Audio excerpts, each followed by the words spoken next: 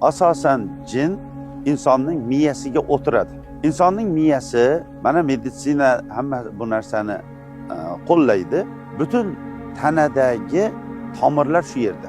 Yo miyaga, yoki yurakka o'tirib turib insonni boshqaradi. Birov bilan birovni sovutishlik, birovdan birovni isitishlik, ishini yurgizishlik, uxlatib qo'yishlik, lanchiq qo'yishlik. Ba'zi odamlarni 100% atkulchasi o'chiradi. Ba'zi odamlarni mast qiladi. Ba'zi odamlar ma'lum joyda shunaqa bo'lib qoladi, boshqa joyda ishini qilib yuraveradi. Masalan aytaylik, hamma bilan muomalasi yaxshi, akasiga sovutilgan, akasi bilan sovuq bo'lib qoladi. Oilasiga sovutilgan, oilasi. Ishxonaga kira olmaydi. Shunga o'xshash. Tasavvur qiling, siz o'tirgan xona sizni mahallangizning hamma svetlarining o'chirchigi. Siz shu yerda o'tirib 10-uy yoki 20-uyni o'chira bilganingizga o'xshash, u ham yurakda yoki miyada o'tirib turib o'sha joylarini ishlatmay qo'yadi. Yoki oyoq qo'llarini shalqib qo'yishi, ko'zini ko'rsatmay qo'yishligi ham mumkin ichkarida turib. Va bilaylikki, buning hammasi Allohning izni bilan bo'ladi. Bir kishini ko'rdik, больницада yotadi, ikki oyoq qo'li ishlamaydi, o'qisa yurib ketadi. Ertasiga uyiga boradi, yana nasilkada ko'tarib olib chiqadi.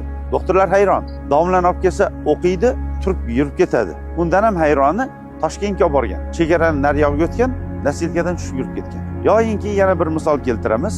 Yigit ko'shangaga kiryapti. Kelinni oldiga kiradi, hech qanaqa xohish yo'q.